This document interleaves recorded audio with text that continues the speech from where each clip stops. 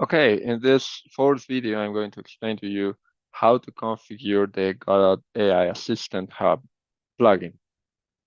So for that, what I will do is in this clean project, I'm going to pull the add-on, install the add-on and configure it.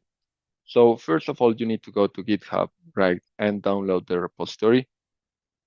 In that, you will find the add-ons folder, and then you just need to pull it into your project like this, right? If you are not familiarized with installing add-ons in Godot, usually they are into a folder called add-ons and then the name of the add-on. Okay, so you just need to copy it and then go to your project settings, and enable it.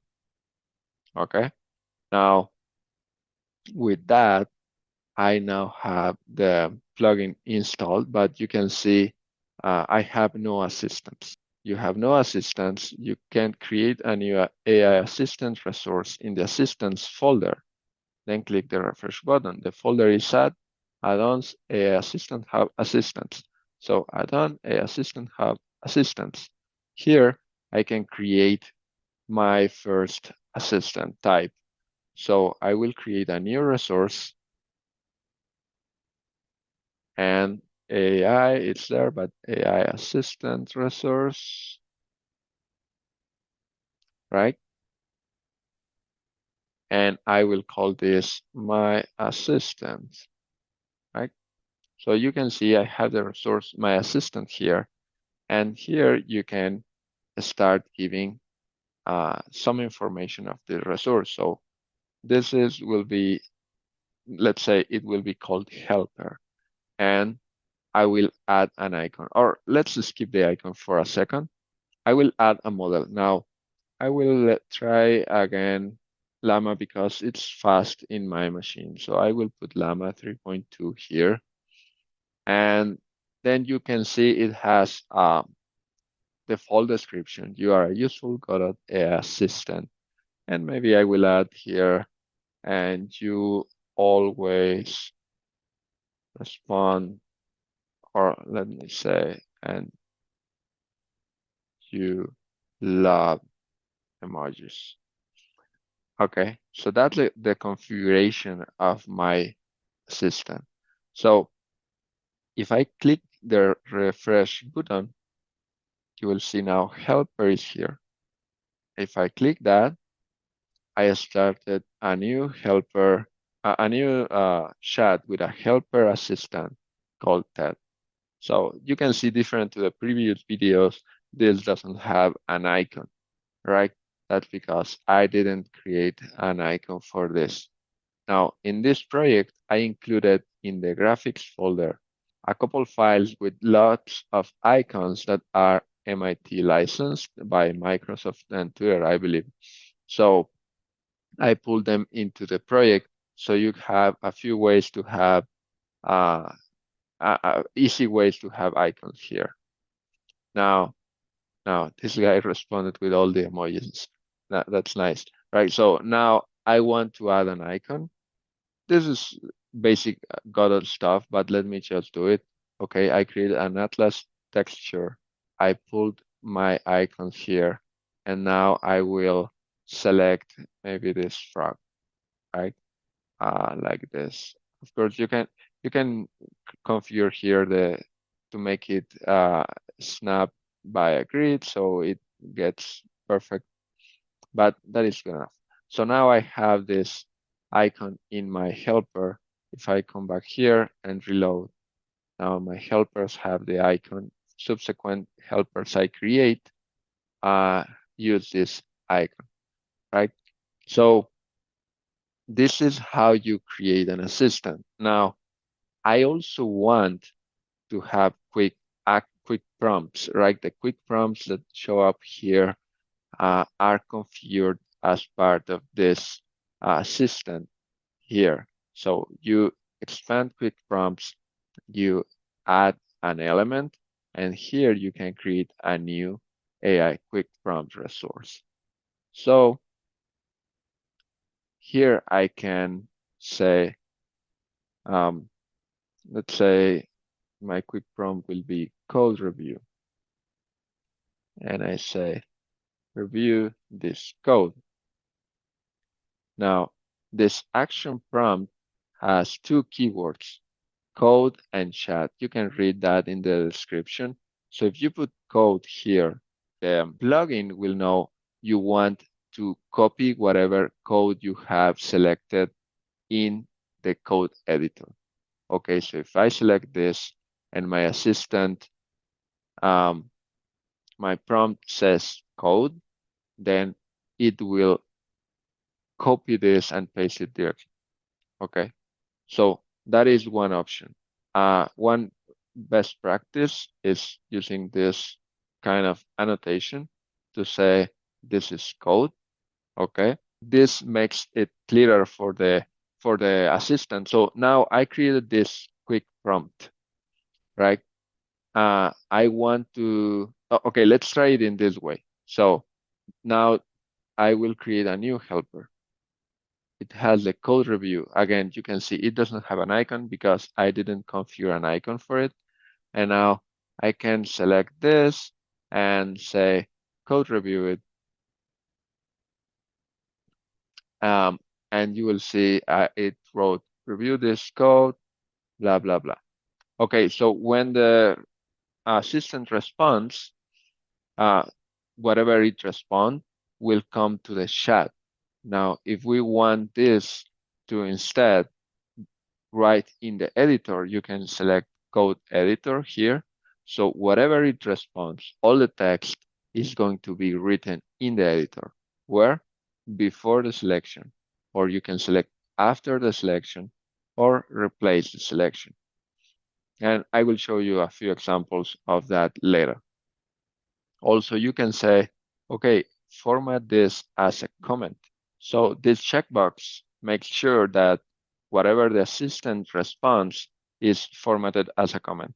If the assistant response started with the hash sign, that means this will just respect whatever the assistant sent and write it like that into the editor. If it just responds with some other message, right, like this, then it will add a hash sign. It will trim it to 80 characters and things like that. So this is how you configure a quick prompt. The quick prompt, this again, Godot thing, not particularly not particular about my plugin. Uh, you can save the resource if you want to reuse it in other assistants. So this is the code review one, right? Code review. And now I have my quick prompt. I can add to other assistants I create. Now, I will show you now, let's explore some of the examples that are there in GitHub. So I will pull the examples folder here and I will copy some of the assistants. So the assistant coder senior is one that has a lot of prompts. Assistants, okay. Okay, so what is, okay. So it wrote a lot of, what did I ask? Oh, code review it, and I also tell it to write into the editor, right, as a comment. So now you can see it all that, right? So anyway, you can Control C, right, to undo whatever the assistants do. Now moving on, I was explaining. Now I pull the coder senior here, right? So I will reload. I have my coder senior. So let's try to use the coder senior, and you will notice something. Oh, an error occurred. Why? Oh, because these are the models I have, right? And the coder senior resource is using DeepSeek Coder. this model is not available in this machine. And if you haven't downloaded this model, you will see the same thing. So you need to change this to point to some model you have, or you can change it here, right? To point to some model you have, right? So if we look at this assistant, we can see its configuration says you respond in a concise manner. You can write high quality JavaScript code for Godot 4. You are sharing with an experienced developer, and every code request you receive is a JavaScript. So in this way, I'm making sure it tries to avoid old Godot syntax. It avoids giving super lengthy explanations as the other bot just did, right? With the like giving some a good work and blah blah blah, right? So be concise, and also telling you are sharing with an experienced developer, so it doesn't explain, it doesn't try to explain like basic things, and also it doesn't get confused about the code, because since Godot code looks a bit like Python, sometimes the assistants get confused. So I'm giving all these explanations. Now, this is just the prompt. You can change it to whatever you want. Now, let's see what the quick prompts are. The read code prompt, what it does is it says, read this code. I want you to be aware of it. I will make some questions and requests about it. And you can see I added this syntax here to say, pull whatever I have selected, pull it into the prompt, right? And this is read. I just wanted to respond in the chat saying it read it, right? Now, the code review one also responds in the chat, is very similar, review this code, etc. The write code one, these are a little more complex. What I did for this one is I said, return this code, replacing the comment starting with coded with the corresponding implementation. Okay, don't modify any other parts of the code. So if you saw the previous example of this, I was using coded, and then blah blah blah, right? Whatever I wanted to do, right? And you can see this prompt is asking it to search for this keyword. Sometimes you don't even need to go this far to explain this. I just experimented a bit and found this prompt was useful for most models. Okay, some models you can just tell them, uh,